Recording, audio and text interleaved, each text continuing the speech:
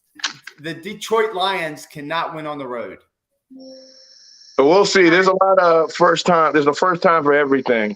But so look at this, and I'm going to ask Nas to comment on this, and then Ogunna, you can. It says, regardless of the scoreboard, the Cowboys defense performed extremely well given the hand they were dealt, a grade A-.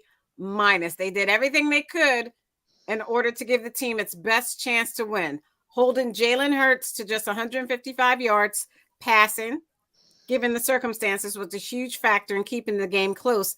I think after they were down 20-0. They said Hurts didn't do too much damage on the ground, as well as he only gained 27 yards in that department. Nas, what's your comment on Dallas defense against the Eagles? Because last week you were talking about our problem. Yeah. I actually wouldn't say Dallas defense played well. I would say they played way below what they've been all season. For them to win without Dak, that defense has to be excellent. It can't just be pretty good. It has to be excellent. And the fact that the Eagles didn't have, many yards or Hurts didn't put up much, most of that is because after they got the lead, they started milking. They were more concerned with time and score and field position than anything else. And then once the Cowboys scored a little bit, they kind of turned it back on and said, okay, open the playbook back up again. So I don't know. I think that's some moral victory stuff they want to talk themselves into. But no, I don't think the defense was especially good. No. That's absolutely the Cowboys fandom is pandering to the Cowboys fandom, because this is what it is. Okay, Cowboys fans always live in the past. All right, that's what they're known for. It's been over a quarter of a century. They love to bring up old stuff, right? So you got to throw them some red meat. You would think that the Cowboys actually won this weekend the way these clowns are talking. They literally thought that they had a chance in that third quarter. And I tell Cowboys fans, okay, first thing, our left tackle Lane Johnson went out, so we had to change concussion. a little bit. That was horrible. He was in concussion protocol, right? Yes. Quote unquote. Yes. And so you saw how now the pass rush is getting to him a little bit. Do you think he really didn't have a concussion? What do you think he had? Well, I think there's a hypersensitivity to player safety now, and rightfully so. Yes. Okay, so sometimes a player, whether or not he wants to or not, he's got to come out that game so they can check him out, and they're not going to risk putting him back in there under those circumstances. Not after what happened to Tua. Yeah, so there again, concussion protocol. We don't know. None of us knows. I'll use Keith's line. Nobody knows anything, right? So, but you saw where it changed the game a little bit, right? And so now the Cowboys are desperate. They want to grasp any little straw they can to hang their hat on to justify in their minds the delusion of Dak's going to come back and be this superhero. When in fact, their defense played very poorly. The Eagles didn't put up a lot of yards because they didn't have to. Our defense had 3 turnovers, that led to 17 points. Sometimes you don't have to turn on the spigot, or you don't have to win by 30 points to dominate a game. We dominated that game from start to finish. They never led. And despite all the Cowboys saying, hey, our defense stepped up, a couple penalties here and there, drives getting killed early on in the third quarter. Next thing you know, here come the Cowboys. They bring it within 3.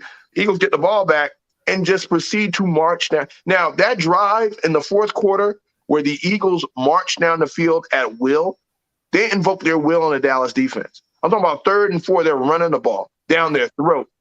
And so it begs the question, what are they really? Lost without the turnover. Without those turnovers, you may have lost. Yeah, you know what? And when we would have missed field goals, we would have lost. And we wouldn't have got these things. We would have coulda, woulda, shoulda. Look, the defense forced those turnovers. Eagles need to tighten up. The Eagles need to tighten up if they're going to compete on the big stage. They haven't played anybody. Look, you play your schedule. This is those age-old narratives that don't mean anything. You play your schedule. All right. Yeah, this is the NFL. This ain't the powder puff league. All right. All these teams have All-American grade star athletes on it. It's hard to win week after week consistently in the NFL. How many teams have been 6-0? No matter what. Even these so-called weaker teams. I mean, who's a weak team? Is the Minnesota Vikings? Are they a weak team? They have 1 loss. Okay, we played them. Detroit Lions were undefeated when we played them, right? It was the first game of the year. Jacksonville was 2-1. I hope you continue towards that way. Congratulations on 6-0. It's a long season. Thank you. Listen, and I'm pulling for y'all. No. I'm invested in your team, Ogunna. I'm invested. And on that note, I'd like to move on to Nas, who's going to tell us how he ate his hat now that the Philadelphia Phillies whipped some ASS of Atlanta Braves. Go ahead, Nas. Well, sometimes you just got to give it up to people, man. Their pitching was superb. They got timely hitting. The Braves hitting disappeared. We may never see Dasby in a Braves uniform again after that performance. But, no, you got to give it to Philly, man. They earned it. They did what they had to do. And we'll see tonight what you guys do against Darvish. Hopefully y'all go to at least the series, you know what I mean, since you made it this far. But, y'all got rest days. You got to set up your pitchers.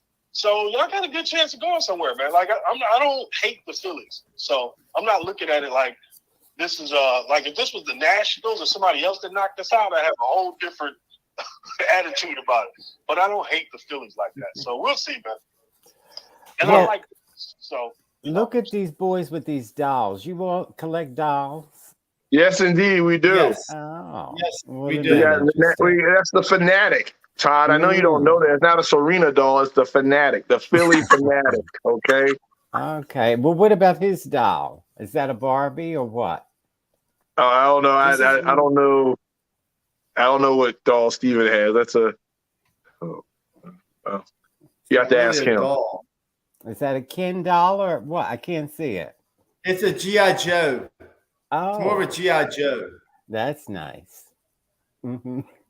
It's like a Redskin ice cream cone. Goody. Now it's an antique. You know what? It's worth a lot of money. Because you know what? Again, the Redskins, they're still undefeated this year. Well, they're not undefeated because there is no such team as the Redskins. Yeah. Just as there's no team called the Honkies or the Crackers or Rednecks or any of those. I'd rather the Honkies, Crackers, or Rednecks over the Commanders. The Commanders is a stupid name, and they need to change that name. Nobody that's a fan of Washington football team. We'd rather have the Washington football team than Commanders. It's a horrible name. It's stupid, and nobody likes it. It's like the Guardians in Cleveland. The Guardians. So buy the team and change it. Buy the team and change it, Steven. It's simple. Well, why don't you and I and Todd put our money together and buy the team? I can't. And why don't we move on? Why don't we move on to Nas telling us how that debate went with Herschel Walker and Senator Raphael Warnock? Yeah, Walker kicked his butt. That's how we all expected it to go. The Rev is a good guy, man. Because of his upbringing and who he is as a Rev, he didn't get as dirty and forceful, as aggressive as he should have, in my opinion. Right. Did he kill his wife during the debate? Out there about it, but the Rev wanted to take the high road, so he didn't do that. But ultimately, the thing that sticks out from the debate is always going to be Herschel holding that badge up. That's what people are going to remember. Yeah. But Herschel is kind of proof that if you don't know anything, then you just throw as much ish on the wall as you can and hope it sticks. So that's basically what he was doing. Like, he was just saying anything. Like, it literally really didn't matter what the question was, what the topic was. Yeah. At a certain point, it's kind of embarrassing. But I mean, Reverend Warnock did what he needed to do. Stayed above it. I always think taking the high road is the dumbest road to take. Mm-hmm. I think you should go as low as they go, but lower. And then with somebody Walker didn't go low. With somebody like Walker, he's just easy pickings. You could just lay into him all day long. And why didn't he? Then why did he lose the debate? Why did he lose the debate? Listen to me. He didn't lose only to people like you. Yes, he did. People like you, he lost the debate because you like to hear Herschel Walker say, lost the debate. I sheriff of Nottingham, and I am the FBI. See, that turns you on. Only a first grader would think he won that debate. debate. He watched won the debate, and he's going to win. He's going to win the Senate seat. He's going to win. So, Stephen, you've never been right on this show. Stephen, you've never been right on this show. Every time I open my mouth. You predicted Trump would win. Every time I open my mouth. So Stephen, why did Herschel Walker win the debate in your opinion? Be specific. Because I like him. I like him. He stuck to the issues. He said everything that was wrong with the Democrat Party. Yeah, he said what is wrong with what's going on in this country that is this direct result of the Democrat Party. And that's why Herschel Walker and other people like him are going to win, because 75% of this country is not stupid, and they understand that the left didn't watch and the debate, did you? You didn't watch it, did you? So you didn't watch the Herschel debate, Walker did you? are going to win, and we're all going to win in the end. Now, if you want not to have any money, if you want to pay $20 for a gallon of gas, vote Democrat. He didn't watch the debate. You didn't watch it. Just say you didn't watch it. The people who make this country Just say you didn't watch it. And vote elitist Democrat, and you're going to lose. Okay. And the only way you can win is if you cheat. Okay, Stacey, you're making him go on and on. Yeah. Whenever I do that, look at this. It's not the elitist, but the Reverend at Ebenezer Baptist is the elitist. That's what you're telling us?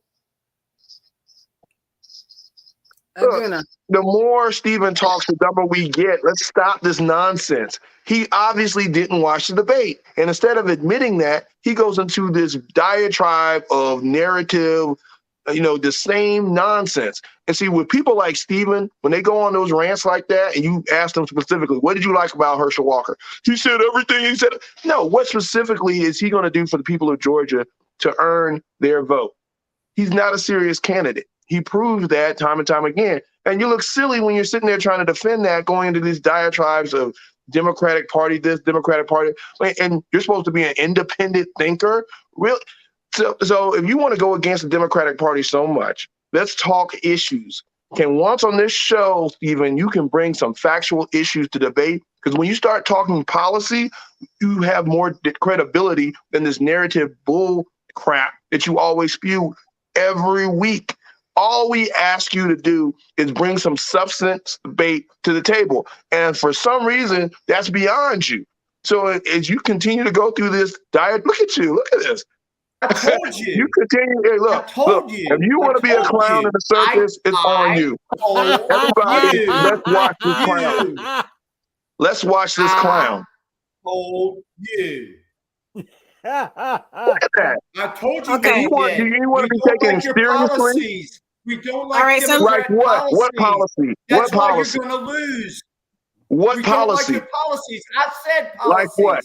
We don't like See, your policies. I want the studio. I want the audience to understand this. Unless you steal the election, this is what you're going up against. He's not saying anything of substance. He's just saying we don't like your policies. Okay. Let's start with one. What's the first policy you don't like? Nothing like that Democrats are doing is what we support. Like normal, what? Everyday people support him. Like what? I'm not going to tell you what, because I don't know. No, you don't know what you're talking about. You didn't watch the debate, and you don't know what you're talking about. Stephen, do yourself a favor. We're going to vote against your candidate goes with Joe Biden. Okay. We don't agree with him.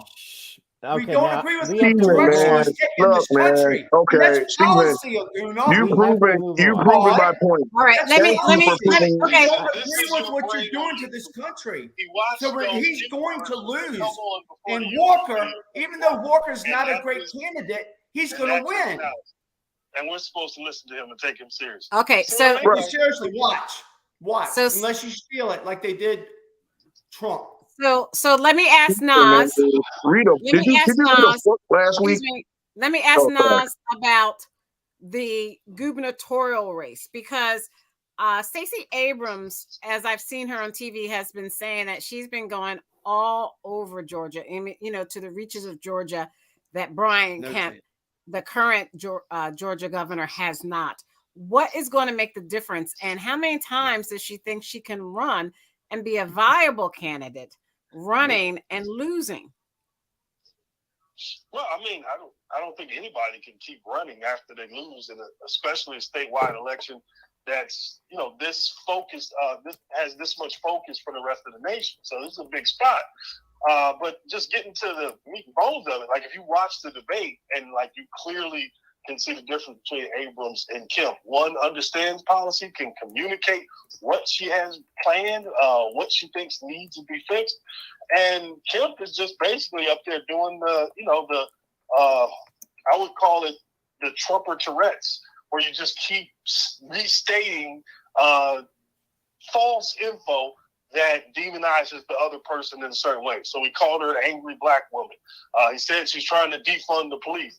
Meanwhile, the part that I don't think a lot of Trumpers get is the people like Abrams, who are centrist Democrats, like Abrams has talked about raising the pay for police. She's talked about different things that I completely look at Stephen. No, she No, didn't. she hasn't.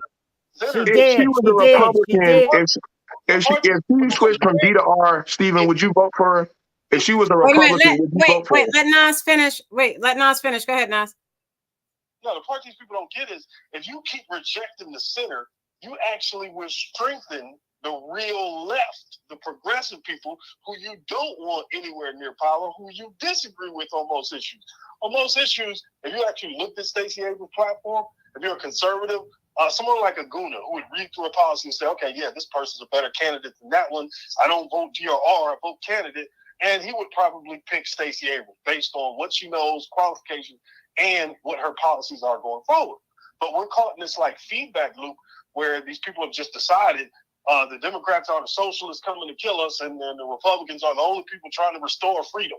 Now, as long as you fall by that dynamic, you'll never get any policy. You'll never get a politician worth the salt, and we'll just keep doing this over and over again. But anybody who watched that debate the other day, you kind of clearly see the difference. But in Georgia, it's going to be really close. But she's made a lot of inroads in those rural areas that typically vote Republican. So we'll see. Brian Kemp, not a smart man, not very. I don't know how to describe him, man, because you don't know how much of it is an act to where he's saying, okay, if I know I can pull a couple Stevens and Keiths, then I'll just, do this show for them, give them the buffoonery that they want, as opposed to being an old school, like fiscally conservative, buttoned up type person. So it's a difficult one, but yeah, this race is going to be really close. We're going to see.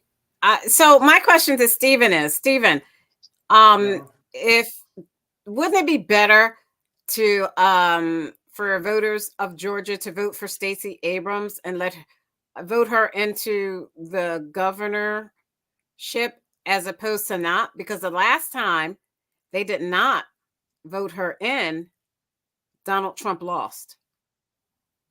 No, I don't care what Donald Trump wins or loses. I'm not a Donald Trump devotee. She said when she lost before, she said this election was stolen. The election was stolen. Now she's a great big liar. Because she says, I never said that. I never said that. But all you have to do is go back and listen to her when she said, this election was stolen from me. This election was stolen from me. You can talk all you want, Nas. I don't care.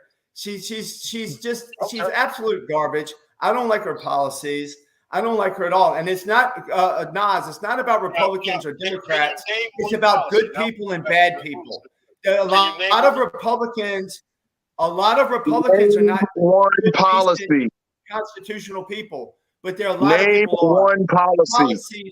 The policies are that's Georgia politics right there. But I know Stacey is not. What did you just say? She's not. She's 10 points down. She cannot win because nobody wants her. Name a policy you don't agree with. It's not close. Okay. Nas is Cousin Todd, let me get Cousin Todd in here. You don't agree with. Let me get Cousin Todd in here. So it's a non-story. Let me get Cousin Todd in here.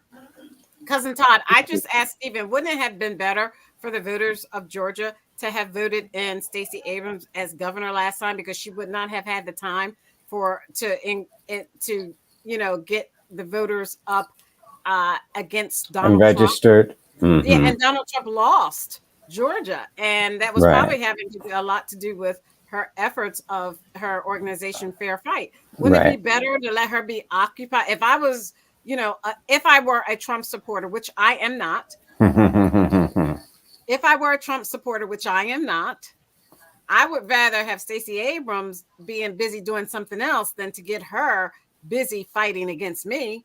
She, that Fair Fight organization she has is serious. Right. Well, she was going to do that anyway. When Kemp emptied off the voting rolls, she was definitely going to do that. And so whether she was running or not, but I wanted to get back to Keith not naming any policy he's for or against. That's not Keith. You mean Stephen. When I'm talking to one, I'm talking to both. Oh my Freaking gosh. So he never named a policy, which he never will. Todd, you can't go on for an hour. Oh, that's funny. Only Stephen can. And so anyway, what happens is these people don't listen to facts, or they don't vote their own interest, but they listen to Fox News and the dark web. And then they form their opinion based on somebody else's opinion. Now, going back to who were we talking about? We were talking about Georgia Stacey Abrams. No, we were talking about Reverend Warnock. We were talking about Reverend Warnock and Keith, Senator Warnock, Stephen, Reverend Keith, Senator and Stephen Warnock would like him because he's a Christian, he's a pastor, and that's right up Keith's alley. And so he's very conservative, but the fact that he's a Democrat, oh no. That X's him out right there, which is silly. Instead of them thinking, well, he has Christian values, not fake like the Republicans, like Trump, Christian values. And so that would be something you can get behind. But because there's a D in front of his name, he's out. And okay. Sorry, you've got to stop there. He didn't Let me get pay Keith for an abortion. He didn't hold the gun to his wife's head. He didn't do any of those ridiculous things that this guy who is mentally unstable, and he said so, he didn't do any of those things. So why would you be against him? So Keith, let me ask you, and then I got to bring Ogunna in because he has to have, a backup or a response or reply to what Keith has to say. Keith, do you hear me? Yeah, I hear you. Okay. Would it be better for gubernatorial candidate Stacey Abrams to win than not to win? Because if you are a Trump supporter, which I am not, but if you are a Trump supporter, having Stacey Abrams have free time to run against you is not wise. Don't you agree? Nope. I don't think Stacey Abrams ought to be anywhere near politics or near, in my opinion. She shouldn't because even of what? Power. She shouldn't be in power. Because of what? I want to make a comment. Because of what? Because she looks like your mother? No, because she is not a woman who supports the conservative values of our country. She supports the Marxist values of the left, meaning Democrat. Stacey Abrams should not be allowed. All right. She is a Marxist, just like many of the other Democrats. And so I also want to make a point, just for public view. I am a supporter of Trump. I think Trump would be the best guy for the job in 2024. Let me also say that Walker, this is to answer Ogunna, Walker, the most important issue for governor would be life. And the governor is pro-life. In other words, Walker is going to protect the life of the unborn. And that is what is the most important thing. He's got to be able to do that because God ordained it. And that is the part of what government is supposed to do. Our Declaration of Independence says that we hold these truths to be self-evident, that all men are created equal, that they are endowed by our Creator, their Creator, with life, liberty, and property, or pursuit of happiness. So the Creator has given us life. And that life ought to be protected by government, number one. That's number one. Okay, I don't mean to contradict you, but you're for the death penalty. You're for the death penalty. So that's a contradiction. So let let me get Ogunna in here. Compare the death penalty to abortion. Yes, ma'am, I can. Death. He's talking about God and God. Okay, Ogunna, Nas was so disgusted with what Keith had to say, he just hung up. Do you want to answer the question I asked earlier? About Stacey Abrams and well, the thing about it is after what happened, again, when Stacey Abrams talked about the election, she was talking about what Kemp did with purging the voting rolls and some of the dirty tricks around. But I mean, I've always been a proponent of let's let people vote. Let's figure it. I mean, we have the technology, we can track it. Let's let people vote and hold it on the onus on the politicians to go in there with a policy discussion. And you could tell by what, Keith and Stephen are just spewing ideology. But if you look at, especially Ralph Warnock, he is a moderate. I mean, I'm talking about he's a very centralist. He's introduced most of his bills were around military and protecting military families and things like that. So you actually look at his track record, actually look at some of the things that he's done while being in the Senate for people of Georgia, by the way, because there are a lot of military bases, a lot of military families in Georgia. He's actually has a track record and he's delivered on that. Now, if you want to just pin him to the ideology of the Democratic Party by sitting there and talk about abortion, nobody is for abortion. People are for people's rights to choose. Abortion is a private matter. If it's up to me, I would not get an abortion. I wouldn't want my family to get an abortion. Okay. Nobody, but it's a hard decision. It's a hard decision between a doctor, the woman, and her family.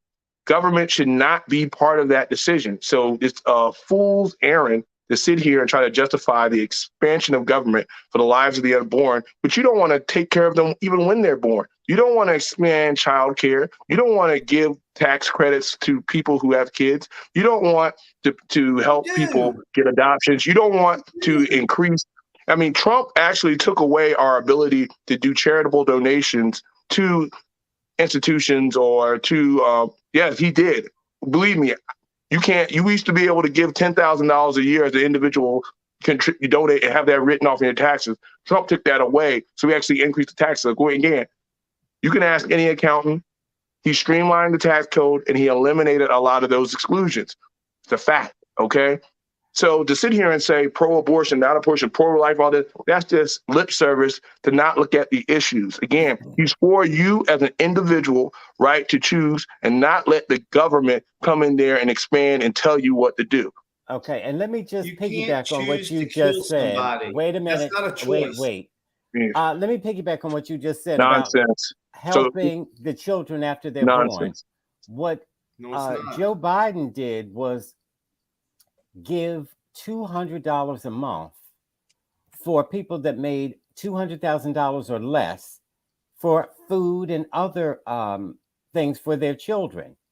If you have one child under the age of, I forget how old it was, but he was giving $200 a month. That was perfect for people like Keith and Stephen. And so then the Republicans wanted that cut. So they want you to have this baby and then starve it to death.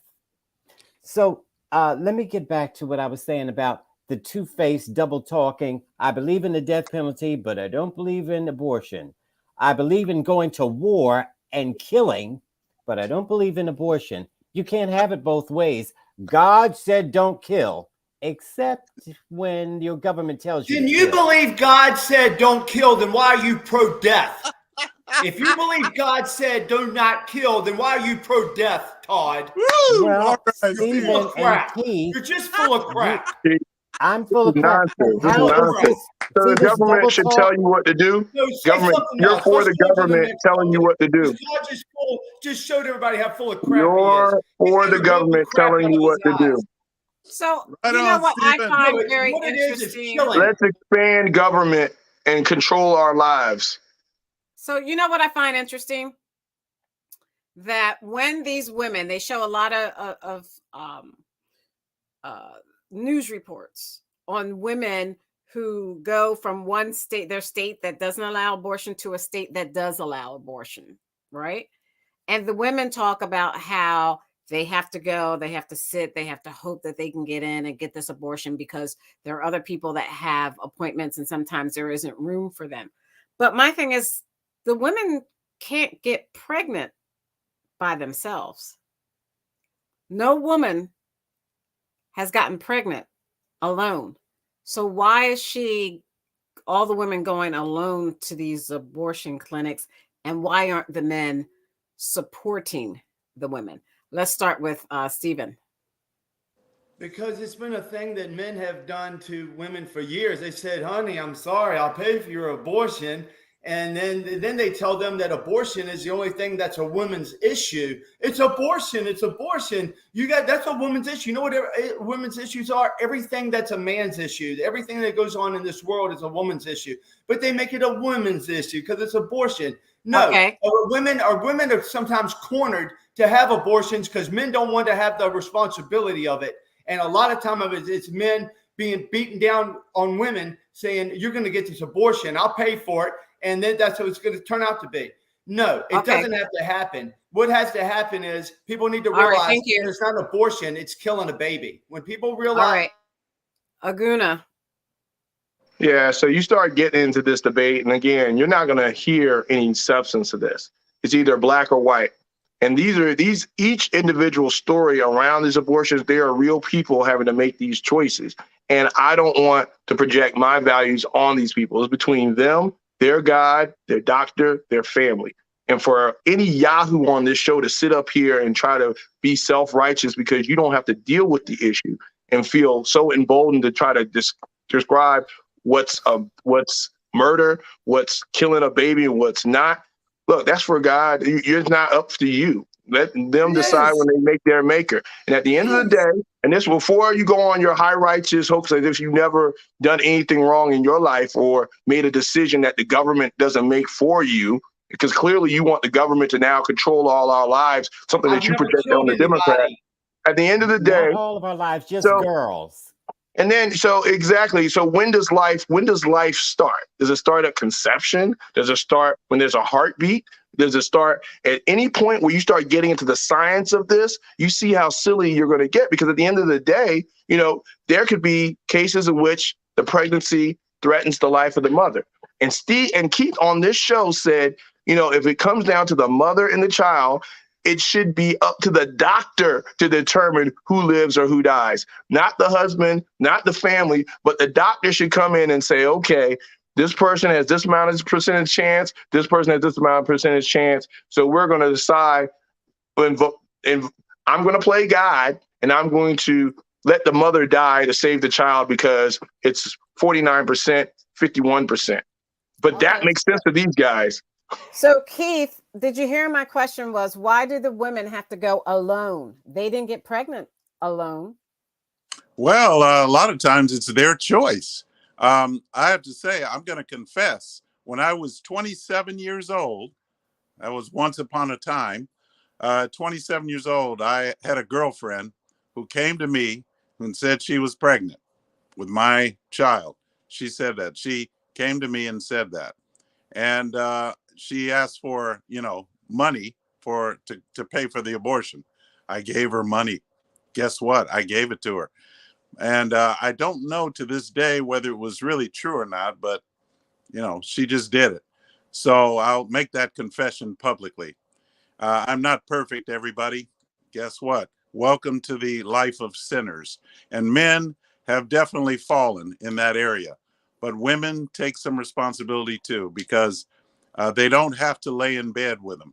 And that is the thing. Abstinence is the most important, deterrent for, for abortions. Abstinence, being able to control is the most important thing. But of course, Oz, he had to hang up because he can't take it. But that is very important to talk about. All right. Thank you, Cousin Todd. Abstinence. Of course, he would come up with that. So I'll get around abstinence. What about a girl that's on birth control and her birth control fails her and she winds up pregnant? Then what? Well, then you take responsibility. And just like Herschel Walker did, he paid for his wife, or his ex-wife, as it were. He paid for her. If that's true, If that is in fact true. Well, Okay. if it is, I mean, I don't know. I'm not going to be in Yeah. his business. So it's okay. Be all in his business. Okay. Everybody his So business about abortion. all right. Everybody, So it's okay for business. Herschel Walker to get an abortion, he did and the it's okay for you to get an abortion, but nobody else. Well, you do the responsible thing. I did the responsible. But Keith, this is where you fail. This is where you fail. And I commend you for being brave enough to admit your mistake. Because we all make mistakes. All right. But one of the things that you're overlooking in this case is that was your individual choice to give that woman money. The government didn't have anything to do with that choice. And so that's why in this issue, I stick to the fact that I don't want to take away people's individual freedoms to make something that they need to determine on their own. You made the choice. You didn't know if there was a true baby or fetus or whatever involved, but the government was not there saying, hey, Keith, no matter what this woman says, she could have got pregnant by somebody else. That's your baby.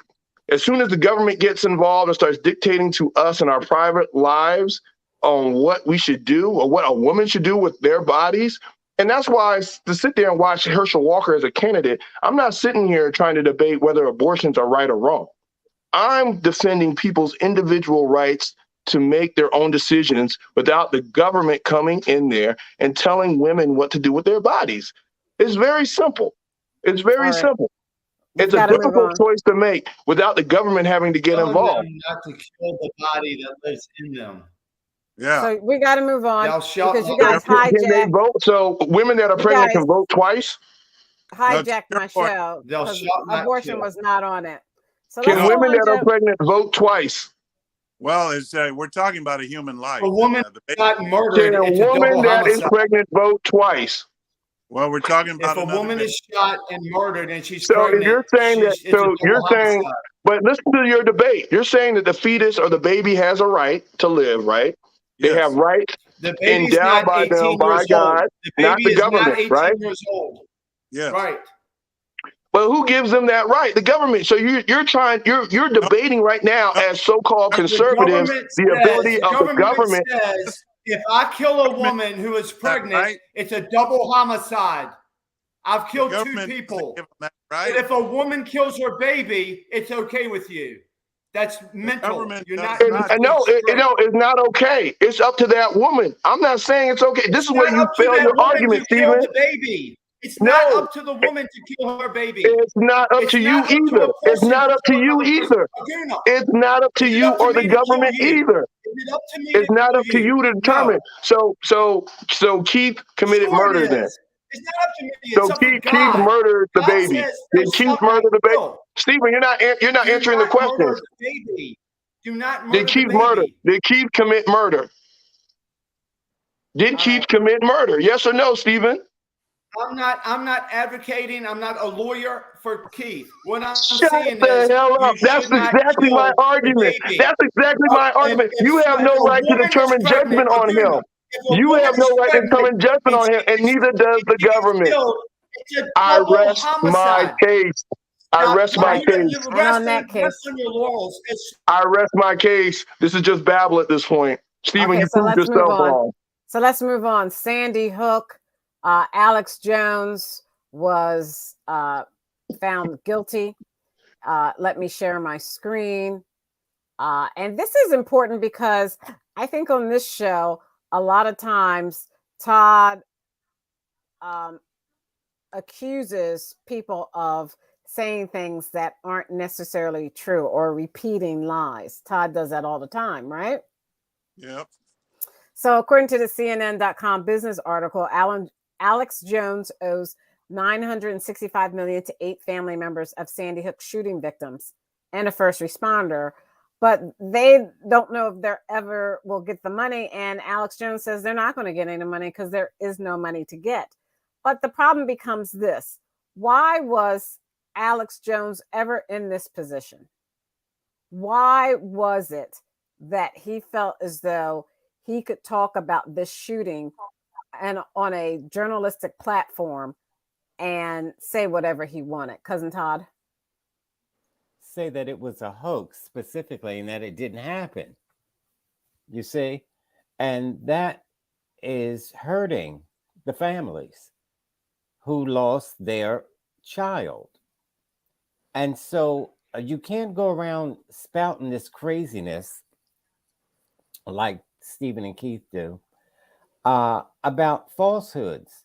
What is the girl's name? She's a politician, crazy Trump supporter. I can't remember her name right now. But this is what Trump supporters do. They go around saying all kinds of ridiculous, and this is what I said to Stephen, you're going to get sued if you keep spreading those falsehoods. And this is what he did, and the family sued him. Sue me. And now he has to pay. Sue me. And he pretends he doesn't have the money. Stephen, you don't have any money, Stephen. You don't have any money, Stephen. Nobody's going to waste the time. Does. But Alex Jones has money. He pretends he doesn't, but he does. This is another kangaroo court. All it is kangaroo court. So he did it. So Alex Jones did it in English. So wait a minute, Ogunna, wait. So wait, Stephen. Let me ask you. Let me ask you, Stephen. It's in Connecticut. What are you talking about? Stephen, according to this article by CNN.com, he was found guilty of saying these lies over and over and over again and spreading these falsehoods, as you can see right here. You can't do that. And why do you think, Stephen, that it is okay to do that? That you can say whatever you want without regard to whether or not it's the truth. Stephen, do you believe Sandy Hook happened? If you look deeper into what he actually said, he's being set up. Y'all don't know the particulars of the case. Wait, answer the question, Stephen. Do you believe that it happened? You're not going to babble on. Can you mute them? I'm tired of yelling over these people. The neighbors are starting to get nervous. Can you mute them? Tired of it. Answer the question, and we will. Why can I still hear Todd? Todd, do you control it? I don't know. As soon as I mute people, what happened is this is another show trial. Stacey, this is another show trial. The same thing they've been doing with Trump with January 6th. The election's getting ready to come up, and anything that has to do with anybody that's on the right or conservative, this is how they're going to go after them before the election happens. And stupid people who are ignorant and don't pay attention. What candidate is benefiting off of this?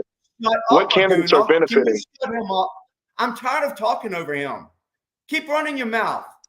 No, there he goes. I will. See, that's I what will. You did. See? So you're going to keep running your mouth. No, what happens is Alex Jones is not going to pay a penny.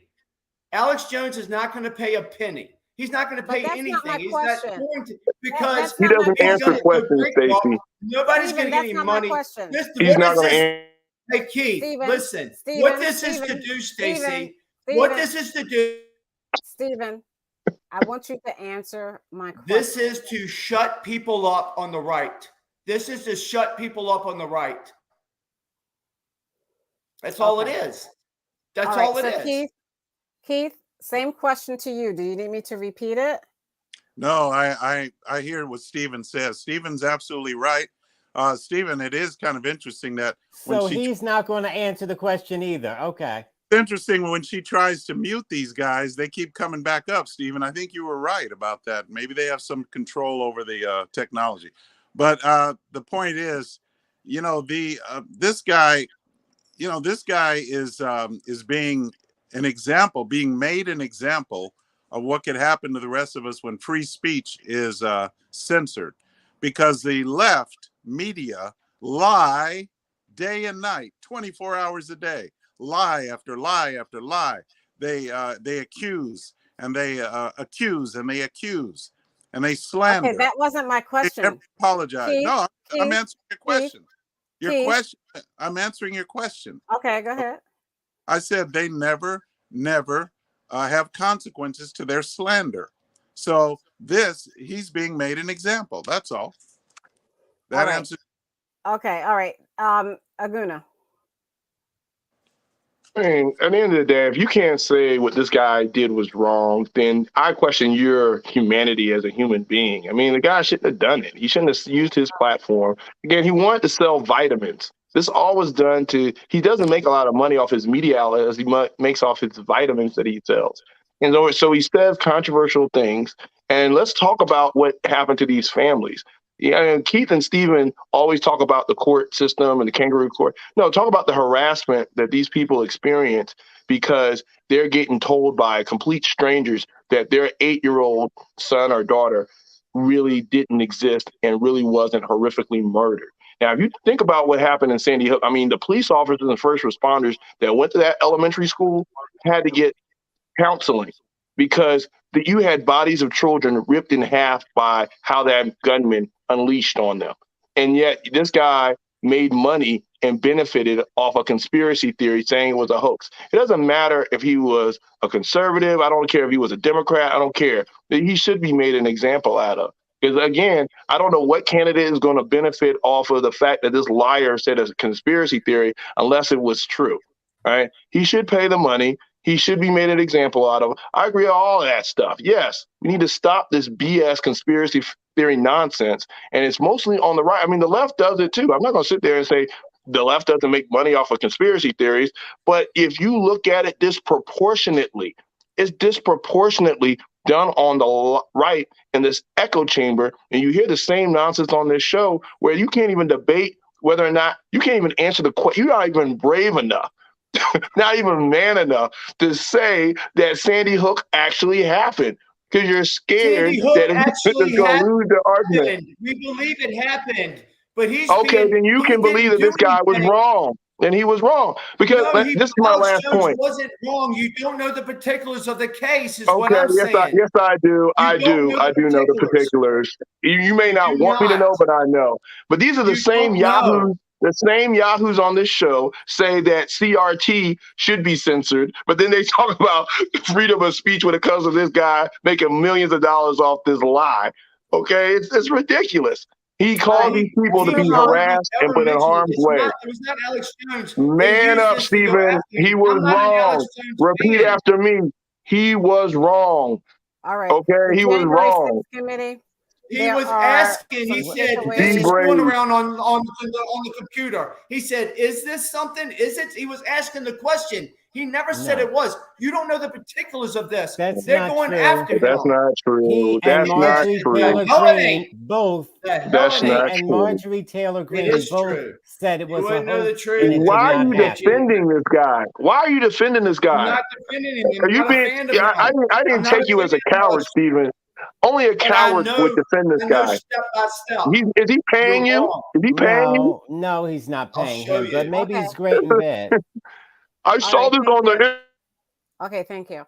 So if you look at this article by CNN.com, it's the 7 takeaways from the January 6th committee. From the 7 takeaways from the January 6th committee in Congress.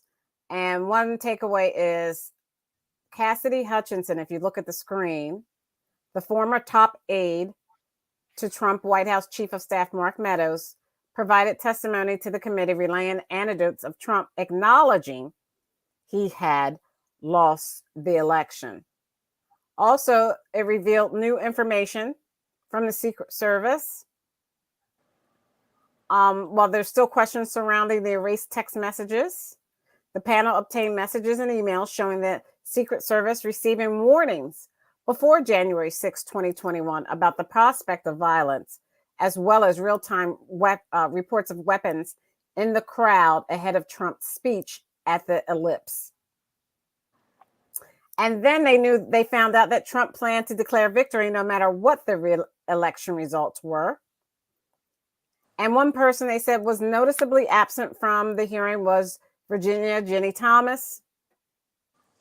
They ultimately interviewed her last month, and her testimony was not featured as part of the panel's last hearing before the midterm election. So based on those takeaways, let's start with Stephen. Based on those takeaways, do you think it was worth it and for us to have that investigation by the January 6th committee? And do you think that evidence is going to lead to the indictment of former President Trump. Absolutely not. This is a kangaroo court that was not worth the money that they put into it. It's not bipartisan. It's Republicans who suck, who absolutely suck and only care about themselves and not the American people and not this country. None of this is anything that's positive for the country. And just because they indict somebody, stupid people who don't pay attention to what's going on in the world, they're going to say, oh my God, he's been indicted. He must have done something wrong. This is what they're doing. Everything out, because remember, I was there at the beginning saying we need to impeach Donald Trump when I was in there with Trump, when I was worried about him. I'm still worried about Donald Trump in a lot of ways. And I was saying we need to impeach him. We got to find a way to impeach him. We got to do this. And this is what January 6th committee is. It's all a bunch of crap. Everybody knows it's crap. We have all the evidence. And it's going to come out. And if anybody that ever watches this show or listens to any show, they're going to say, wow, Stephen, you were right this whole time. You were right this entire time. January 6th was a put on by the FBI and left-wing groups and it had nothing to do with real Trump people. There were a million people there at January.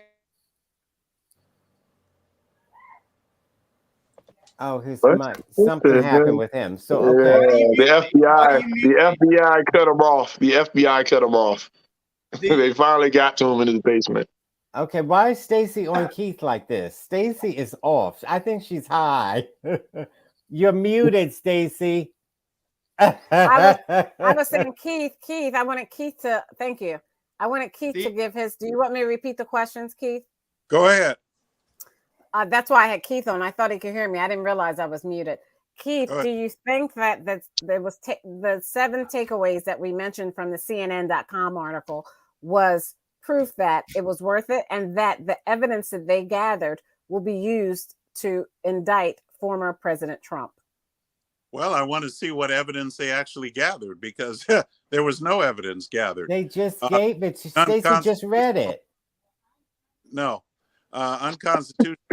Unconstitutionally elected was the Electoral College, and it was here's an article by Mark Levin. I'm not going to read it. Mark Levin? Oh my God! And of course, that's my source. These guys, Ogunna, I guarantee you, Ogunna has no source. Todd has no source. My source is the panel. Can you just finish your statement, please? Can I speak? I've been putting them on mute, and obviously they take themselves off because I put people on mute. And as soon as I put them on mute, it doesn't stay. So this is crazy. Flaw on the left. Anyway, no offense, Stacy, but anyway, again, unconstitutional. No offense. I'm not on the left. What are you talking about? Anyway, I won't. No comment. Are you trying to say that you think I'm on the left because I am a Busch Republican? No comment. I'm not going to comment on that. Anyway, I would talk to you in private about that. I won't say it publicly. I'm not going to say publicly, Stacy. I love you too much. Look at this. Okay, anyway. That's Kanye West for you. The executive power shall be vested in the President of the United States. Each state shall appoint in such manner as the legislature thereof direct, not the governor, not the commissioners, the voting and election commissioners of that state, of those key states. And that's what happened. They changed laws right in the midst. That's like changing the rules of a football game in the middle of the game. You know, you get a goal to go, third down. Okay, I'm out of time. The rules. So okay, thank you. Go ahead, Ogunna. So what he's talking about is Pennsylvania, and it's interesting because he's been arguing this for the last couple of weeks that somehow the governor of Pennsylvania changed the rules without the legislator, and somehow that constitutes that because he gave more time for people to vote, that the people who voted in that time were all Democrats, and somehow that little stipulation made Trump lose in Pennsylvania. Now, mind you, he lost in Georgia, Michigan, Wisconsin, and Arizona. Oh, by the way, in Arizona, Trump's own lawyers said they didn't have enough time. So they argued in Pennsylvania that he extended the voting deadlines or voting window, but in Arizona, they did the complete opposite. They didn't give enough time. So it's two different arguments that the same $250 million legal team that Trump hired made, and that's why they never submitted the evidence, because if they submitted the evidence in the court for the Arizona, it contradicted what they did in Pennsylvania. Now, none of this is talking about what happened on January 6th. Look, as Americans, yes, we should look at that. And for Stephen to come on here and say that they weren't Trump supporters and they were all FBI agents, I didn't know we had all those FBI agents to run up there in the Capitol, and they didn't go through the gift shop, so they were trespassing. They didn't have the right to be there. Okay, yes, and you know what? Trump is not going to win in 2024. And any Yahoo on this show that thinks that he's a viable candidate just because somehow he deserves it, look, I look at my pocketbook like everybody else, and nobody on this show can articulate what Trump would do to save inflation. Nobody can articulate that because you don't talk about policies. You talk about it's a popularity contest, no substance. Please, can we have some substance? Ogunna, when's the last time that Stacey asked questions about the economy? Tell me that. Let's talk about that. Let's talk about that. So what's he going to do about the economy? What's he going to do? Hey, dumb cousin Todd, you're on mute. Dumb. No, I'm off of mute. But I was listening to Keith come for you. He said, when's the last time Stacey talked about policy? He's trying to get you. In other words, you're a Joe Biden supporter and you're not a real real Republican.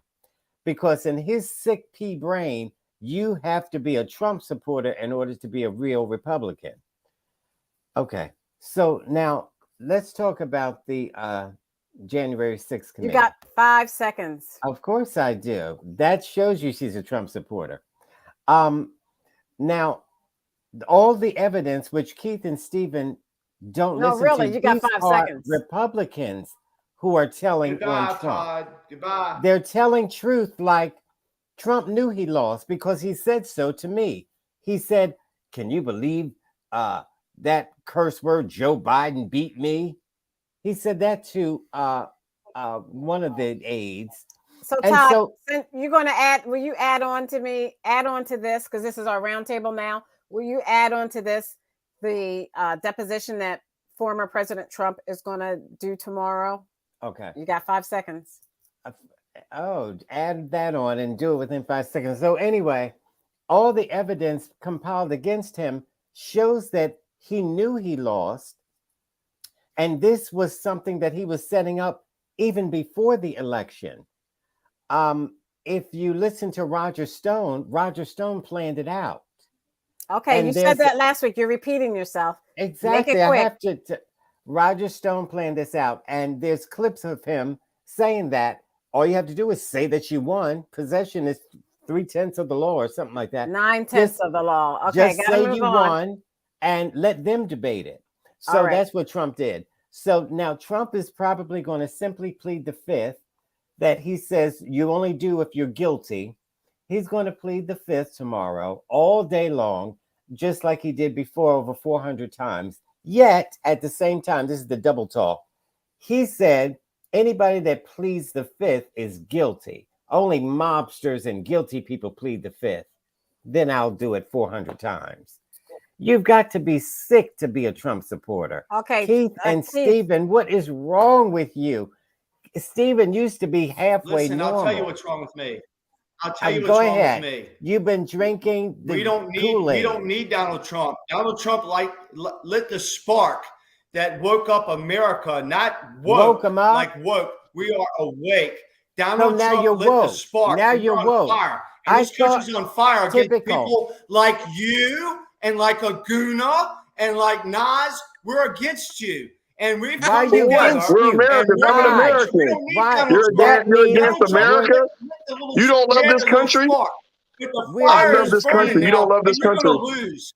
You can't cheat enough to keep us out. Steven, you can't do everything you've been doing. We don't need Donald Trump. I'm the American dream. I don't want Donald Trump to be president. We don't need him. We have people that are more capable than Donald Trump. So you're going to lose. You're going to lose in 2022. You're going to lose in 2024, and you're going to owe me an apology. You don't love this country. Are wrong. You don't love this country. Are wrong. Thank you. I love America. Policies that are destroying I this love country. America. Am I wrong? Party that Joe Biden has. Why are you so red, man? You're redder than a red state.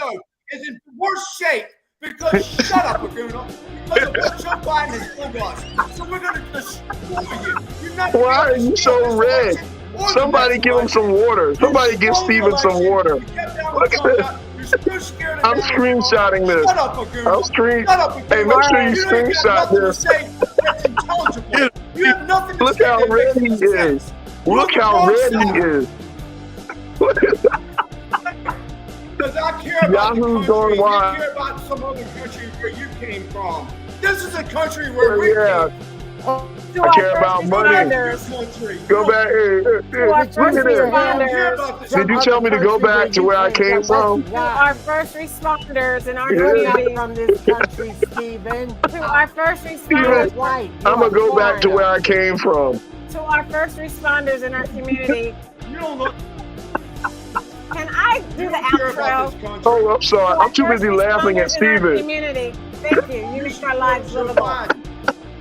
To the women and men of the U.S. military for all that you do and sacrificing your life so that we are free to say whatever we choose on this show, we are forever indebted. On behalf of, let me do it so you can get their faces. On behalf of Ogunna, the Nigerian moderate Republican, Keith, the constitutional conservative, Stephen, the independent thinker, the man and in my red. cousin Todd. Redder than a cherry. I'm Stacey Johnson. Let's keep this conversation going. Check us out on Stephanie Stallworth's The Flow Television Network. We're on Twitter. We're on Twitch. We're on Instagram. Check our new Instagram page out and like and subscribe to our YouTube channel. We'll see you next week. Live, be here, 7:30. See everybody. Good night. Good night, everybody. Bye. Man, calm down. Get some water, Steven. Drink some water. Jesus Christ. Hey, man. You're flushed, man. You're flushed with no